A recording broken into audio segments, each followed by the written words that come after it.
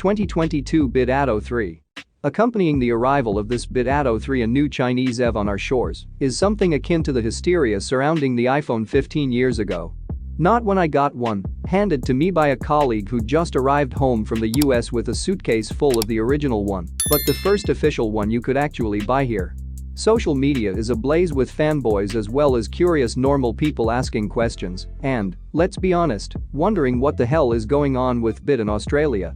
It's an ever-changing story, with new bits of information coming through all the time, sometimes giving you whiplash. The new bits of information are often positive, but the impression of confusion and constant change isn't a good one. We've talked with EVDirect CEO Todd about that, and he says things will eventually settle. Let's hope so, because even given the short time I had with this car, it looks very promising. The Atto 3 isn't here yet, but we got one for a couple of days. Well, we got a Yuan Plus, a left-hand drive Chinese market car with a trade plate hanging off the back and the doors removed from the Darlinghurst showroom, so we can drive it out on a rainy Monday morning. Atto 3 is the Australian market name, as BYD's home market names aren't always completely right for us.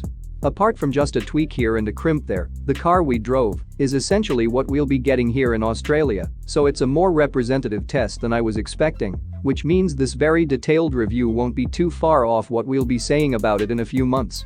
You can choose from two Atto 3s, and they're the same specification. The 50 kilowatt-hours with its 320 kilometers range starts at $44,381, and the 60 kilowatt-hours at $47,381.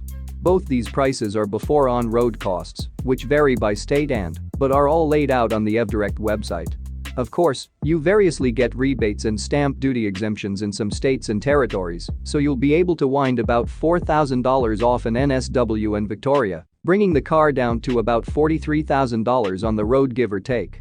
EVDirect claims that the Atto, for your money, you get 18-inch alloys, an 8-speaker Dirac branded stereo, panoramic sunroof, fake leather trim, wireless charging pad, climate control, huge 12.3-inch central touchscreen, 5-inch digital dash, keyless entry and start, card key, power tailgate, powered front seats and a tire repair kit. The entertainment system is spread across several different apps, but works reasonably well.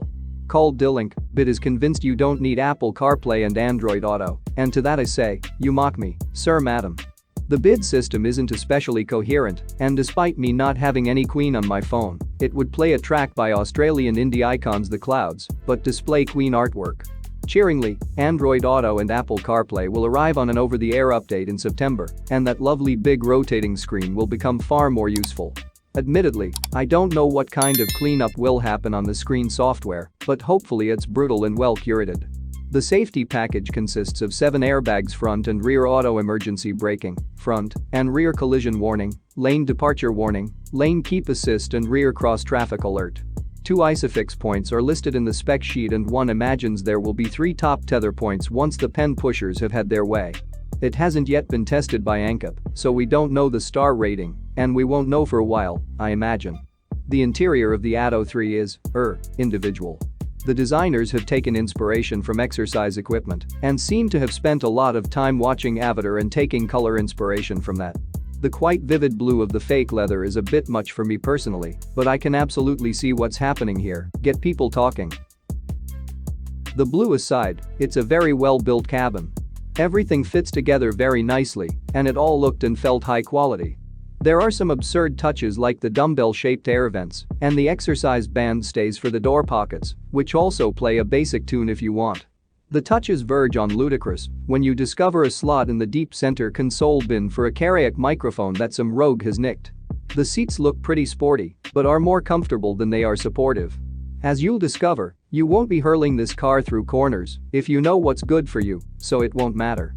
The giant center screen rotates through 90 degrees to switch between portrait and landscape, and it's a lovely piece of hardware.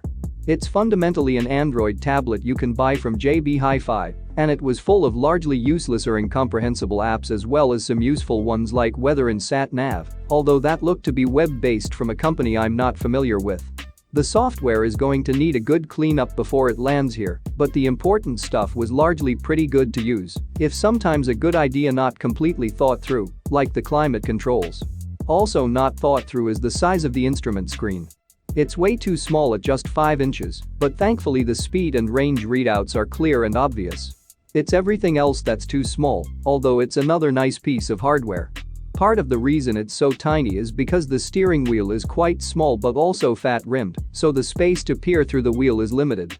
Every millimeter counts here. I sound like I'm grizzling and picking on details, but I'm not really grizzling, and yes, I am picking on details. You know why I'm picking on details? Because this is an excellent interior for the money, and it's things like poorly translated warning and information messages that remind you that this is a Chinese car not sold in English-speaking markets yet. Oh, and the buttons on the center console, but there aren't too many of those. And most of these things will likely be fixed by the time they arrive here. There's great space in the front, and the driving position is adjustable and comfortable. The huge sunroof doesn't ruin the headroom either. The center console houses 2 cup holders, the already mentioned Karayak mic bin, and a wireless charging pad. Under the console is an open-sided storage area, and the doors will take small bottles. In the back, you've got 2 further USB-A ports, but the spring-loaded thin plastic covers are a hazard to fingertips. There are air vents, though, which is terrific. The rear floor is completely flat, and you can fit 3 across the back in relative comfort as a result. Headroom is good, again without the sunroof ruining everything. Legroom is impressive, even though the front seats look really chunky. Boot space is a fairly normal for the class, 430 liters with 1330 liters available with the 60/40 split fold seats dropped.